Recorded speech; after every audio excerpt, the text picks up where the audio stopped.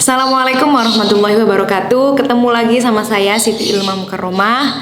Gimana kabar teman-teman semuanya? Sehat ya? Semoga tetap diberikan kesehatan dan dilindungi oleh Allah Subhanahu wa taala dan dihindarkan dari semua virus yang lagi booming saat ini.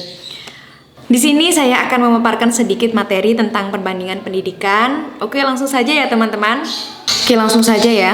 Pengertiannya menurut Carter V. Good, definisi perbandingan pendidikan adalah lapangan studi yang mempunyai tugas untuk mengadakan perbandingan teori dan praktek pendidikan sebagaimana terdapat pada berbagai negara di luar negeri.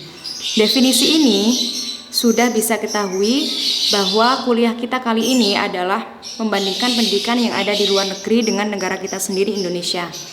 Perbandingan pendidikan di sini yaitu menganalisa secara mendalam hingga menemukan perbedaan dan kesamaan suatu pendidikan yang ada di negara tetangga tentunya, yang nantinya bisa kita terapkan di Indonesia positifnya untuk kemajuan pendidikan di Indonesia.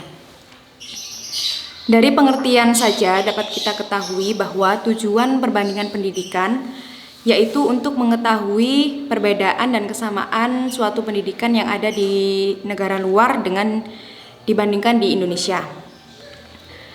Kemudian yaitu menganalisis sumber-sumber dan faktor-faktor yang menyebabkan kekuatan dan kelemahan serta sistem pendidikan yang dibandingkan dan untuk saling mengerti dan terbuka satu sama lain. Terjalin kerjasama satu sama lain untuk mengembangkan sistem pendidikan masing-masing dan memecahkan permasalahan pendidikan yang dihadapi masing-masing negara serta menumbuhkan sikap terbuka terhadap berbagai usaha inovasi dan pembaharuan pendidikan di Indonesia dalam rangka mengembangkan sistem pendidikan nasional yang terintegrasi ke dalam sistem pendidikan. Untuk hal itu, mari kita bandingkan negara kita Indonesia dengan beberapa negara tetangga agar nantinya kita mengetahui apa perbedaan dan kesamaan yang nantinya bisa kita ambil nilai positifnya untuk bidang pendidikan di Indonesia. Pendidikan merupakan aspek yang penting dalam kehidupan suatu negara. Begitu penting kedudukannya, bahkan tolak ukur maju tidaknya suatu negara ditentukan oleh pendidikannya. Sistem pendidikan yang diterapkan di setiap negara memang berbeda-beda. Hal tersebut dipengaruhi oleh berbagai hal. Yang pertama yaitu faktor sosial, budaya, lingkungan, historis, dan lain sebagainya. Dalam menerapkan sistem pendidikan, setiap negara pasti memiliki pertimbangan selain faktor tersebut, yakni tujuan pelaksanaan dalam jangka panjang maupun jangka pendek. Mengapa pendidikan di suatu negara perlu direncanakan dan disusun ke dalam sistem sedemikian rupa dengan jelas? Hal ini dikarenakan tanpa adanya sistem yang jelas mengenai pendidikan dalam suatu negara, maka arah dan sistem kebijakan serta outputnya maka tidak jelas atau abu-abu. Di Malaysia, pendidikan telah mengalami evolusi yang sejalan dengan pembangunan di kemajuan negara ini. Pada mulanya, pendidikan di Malaysia menggunakan sistem pondok yang dijalankan di madrasah dan sekolah agama. Sekolah ini memiliki kurikulum yang lebih terstruktur, waktu belajar yang terjadwal, sarana dan prasarana yang memadai. Tujuan sekolah tersebut ialah untuk melahirkan sumber daya yang bermoral tinggi. Selain itu, ada juga sekolah umum yang menggunakan bahasa ibu dalam sistem pengajarannya. Bahasa yang digunakan yaitu bahasa Melayu, bahasa Tamil, dan bahasa Cina. Pada zaman penjajahan Inggris, pendidikan di Malaysia memiliki ciri-ciri kurikulum yang diterapkan dalam sekolah itu berbeda dengan yang lainnya. Dan sistem penjajahan tersebut menggunakan monitoral system di mana guru-guru ditatakan dari Inggris dan adanya peningkatan mutu di dalam sekolah tersebut. Guru-guru tersebut kemudian diberikan pelatihan secara kontinu sehingga menjadi guru yang profesional dan kemudian dikirim ke Raffles College. Di Malaysia, warga negaranya dapat menempuh pendidikan dari sekolah milik kerajaan maupun swasta dan secara individual. Sistem pendidikan yang wajib ditempuh yaitu sekolah rendah dan sekolah menengah. Meskipun bentuk pemerintahannya adalah kerajaan, namun kerajaan di Malaysia tidak sewenang-wenangnya membuat kebijakan kurikulum. Dan kebijakan tersebut sepenuhnya dilimpahkan kepada Kementerian Pelajar Malaysia, sementara untuk peraturan pendidikan diatur oleh Kementerian Pengajian Tinggi Malaysia yang didirikan pada tahun 2004. Mereka juga punya pandangan bahwa kemajuan negara tergantung dengan pendidikan yang diberikan kepada para pelajarnya, dan memiliki paradigma bahwa keberhasilan seseorang pelajar dipengaruhi oleh guru-guru yang mengajar di sekolah. Jadi sekolah merupakan wadah yang paling tepat untuk membangun pelajar yang bermutu sehingga mampu menjadi aset negara yang sesungguhnya. Jadi, peran guru sebagai pendidik di Malaysia sangat berpengaruh dalam kelangsungan pendidikan di Malaysia. Mereka mengirim pelajar ke Indonesia dan memanfaatkannya dengan baik sehingga terlahir seorang pendidik yang berkualitas. Mereka pergi ke negara kita untuk mendapatkan ilmu dari ilmuwan di Indonesia. Akan tetapi, hal yang sangat memilukan tentunya jika negara Malaysia jauh lebih maju dibandingkan negara kita Indonesia. Dari sinilah kadang orang-orang Indonesia menganggap Malaysia mengambil semuanya dari kita. Justru kita yang sedikit lalai dan enggan berusaha mengejar ketertinggalan tersebut, sehingga semuanya apa kata pemerintah. Lalu, di mana peran peserta didik sebagai generasi penerus bangsa jika semuanya dikembalikan kepada pemerintah? Nah, hal ini yang menjadi PR besar negara kita untuk menjawab problem tersebut. Negara Malaysia dalam mengembangkan pendidikan memiliki sistem pendidikan tersendiri tentunya yang berbeda dari negara yang lainnya.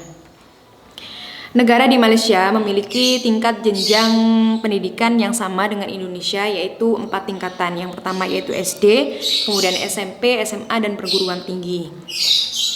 Sesuatu yang unik tentunya dimiliki di Malaysia yaitu ketika anak berusia 6 tahun ketika hendak menginjak ke sekolah tadika, jika orang tua tidak segera menyekolahkan anaknya ke tadika, maka pihak pemerintahan memiliki kebijakan yaitu memberikan denda kepada orang tua tersebut sebesar 500 ringgit Malaysia atau dikuruskan Indonesia sebesar 18.250.000 atau hukuman maksimal 6 bulan. Di Malaysia yang menjadi kelebihannya adalah mengenai pembayaran sekolah rendah atau SD yang tidak seperti Indonesia yang banyak iuran-iuran seperti itu ya. Di Malaysia ada sumbangan persatuan ibu bapak dan guru yang diberikan untuk membayar sekolah keluarga yang kurang mampu. Jika dalam keluarga itu anak yang sekolah lebih dari 1, maka biaya yang dikeluarkan sama seperti 1 anak yang sekolah. Selain itu, tidak ada iuran yang lainnya seperti dana pembangunan karena biaya tersebut sepenuhnya ditanggung oleh pemerintah Malaysia. Berbeda tentunya dengan negara kita Indonesia yang banyak menarik iuran dari siswa-siswanya yang alasannya untuk dana pembangunan tapi dimanfaatkan oleh beberapa oknum sehingga dunia pendidikan di Indonesia kurang efektif dan terhambat kemajuannya. Setelah dari Malaysia, kita sedikit beralih ke Cina untuk melihat seperti apa perkembangan pendidikan yang sudah dijalani hingga sampai maju seperti saat ini. Cina memiliki keunikan unik yang tersendiri dalam hal pendidikan. Ada 3 hal yang mendasar yang penting ditanamkan dan diterapkan di Cina hingga mencapai kemajuan pendidikan seperti sekarang, yaitu kepercayaan diri, pendidikan, dan peta jalan ke depan. Ketiga hal ini terus diterapkan oleh negara Cina dalam kehidupan berbangsa dan bernegara. Cina mampu bertahan karena memiliki sistem pendidikan yang mampu membangun suatu peradaban yang praktis, sehingga peradaban itu tidak mudah dihancurkan oleh orang-orang lain, terutama dari negara yang ingin bersaing dengan Cina. Selain pendidikan di Cina yang maju, hal tersebut juga didukung dengan majunya sektor perekonomian di Cina, sehingga Cina semakin dikenal di seluruh dunia. Pendidikan di Cina pada masa klasik sampai sekarang, yaitu masyarakat Tiongkok yang mementingkan pendidikan kerohanian dan pendidikan moral. Pendidikan tidak dihubungkan dengan agama, tetapi dengan tradisi dan kehidupan praktis, serta menghormati para leluhur. Penyelenggaraan pendidikan adalah negara dan keluarga. Ini yang membedakan negara Cina dengan negara kita. Tidak semangatnya anak didik bersekolah karena kadang peran orang tua dalam keluarga kurang mendukung, sehingga anak akan malas bersekolah. Dan ketika guru serta pemerintah terjun untuk menasehati dan membimbing si anak ini, maka si anak kurang merespon dengan baik. Sehingga negara dan keluarga memang berperan sangat penting dalam mencetak generasi penerus bangsa. Di Cina, output pendidikan tidak hanya mencerdaskan anak bangsa, tetapi juga mencetak anak tersebut menjadi lebih patuh, gigih, jujur, dan rela berkorban untuk negara serta menjadi anak yang berani. Seperti halnya di Indonesia, pendidikan di Cina terdiri dari beberapa tingkatan, yaitu dimulai dari SD, SMP, SMA, dan perguruan tinggi. Hanya saja tidak ada ujian khusus seperti ujian nasional sebagai syarat kelulusan sekolah dasar atau sekolah rendah. Meski demikian, setiap siswa harus memiliki prestasi yang menonjol dan diunggulkan oleh pemerintah provinsinya. Hanya saja, sekolah menengah atas tidak memiliki bobot mata pelajaran yang diwajibkan karena mempunyai satu sistem yang menyesuaikan mata pelajaran dengan keinginan dari siswanya. Penjuruan dimulai pada tingkat SMP sehingga siswa di SMA tinggal fokus pada pelajaran apa yang diminati, dan ketika masuk ke perguruan tinggi siswa itu akan lebih menguasai lagi. Dan ketika lulus, banyak dari mereka yang sudah tinggal menjadi profesor dan ilmuwan terkemuka di Cina. Melihat dari gambaran tersebut, dapat kita ketahui bahwa keuletan dan kerajinan siswa-siswa di Cina itu sangat tinggi. Tidak hanya itu, pemerintah Cina juga sangat mendukung pendidikan di sana. Mereka menyediakan sarana fisik, guru, dan yang lainnya. Sehingga pendidikan di Cina terpenuhi dengan baik dan tidak heran jika lulusan di Cina semuanya diakui oleh dunia. Biaya pendidikan untuk SD dan SMP seluruhnya gratis jika siswa merupakan satu-satunya anak di keluarga itu. Akan tetapi, jika keluarga itu memiliki lebih dari satu anak, maka fasilitas pendidikan gratis itu tidak diberikan untuk semua anak. Artinya, anak yang sekolah keduanya akan dikenakan biaya separuh dari harga yang ditawarkan oleh kebijakan pendidikan.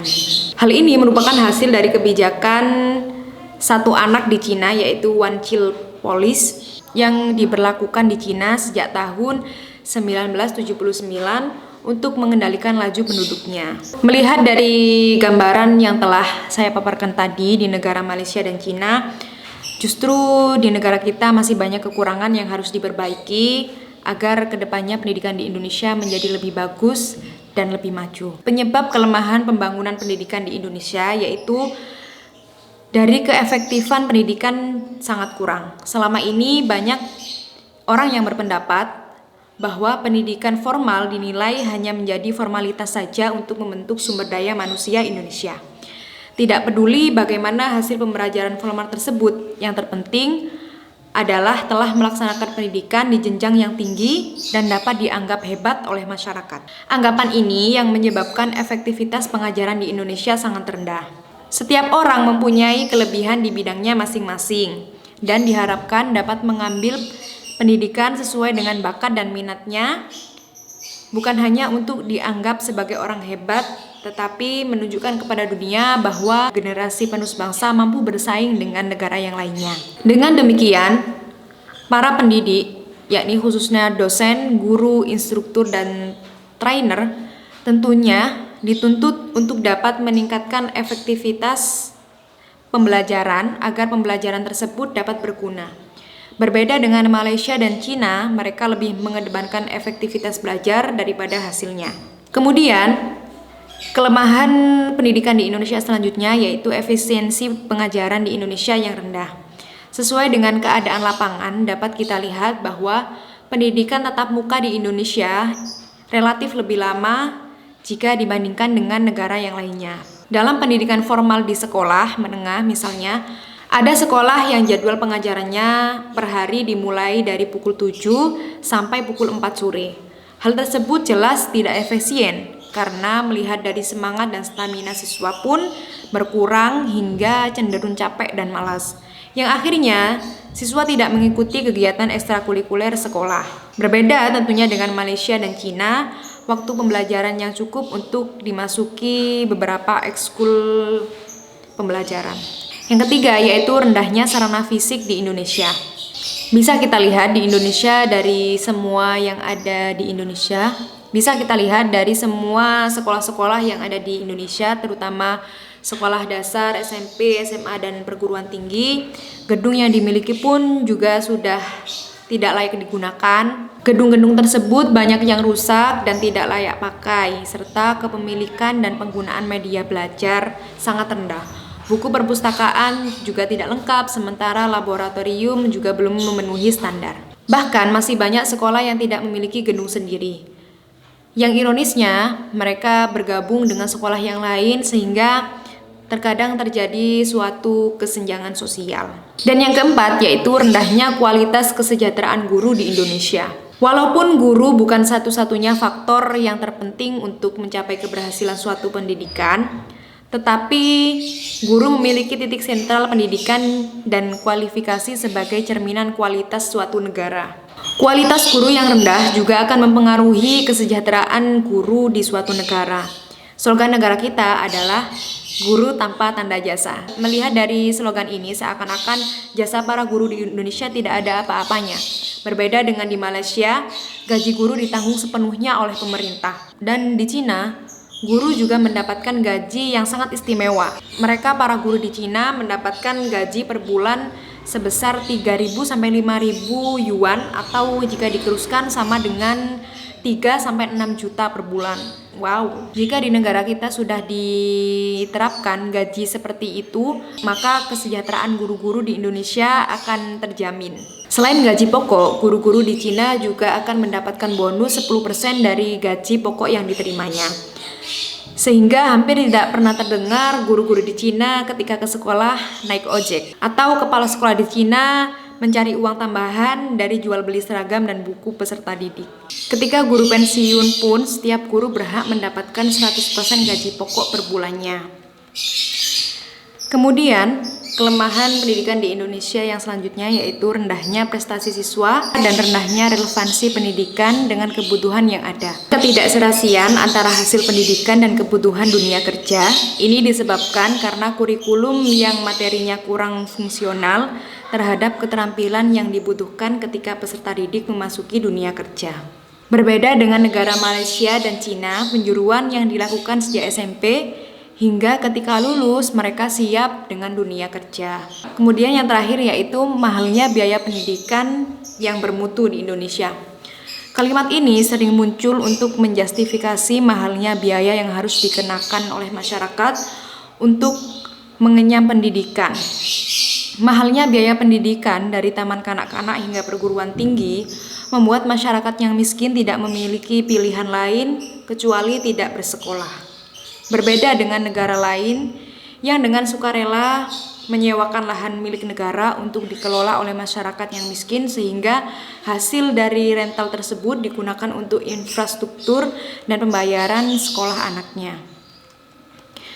Melihat dari pemaparan materi tentang perbandingan pendidikan antara Indonesia, Cina, dan Malaysia, tentunya kita sebagai mahasiswa harus memiliki pemikiran yang baik dan merealisasikannya bagaimana pendidikan yang baik di Indonesia, yang nantinya kita sebagai generasi penerus bangsa akan menggantikan para guru di Indonesia dan membawa nama baik Indonesia di kancah internasional.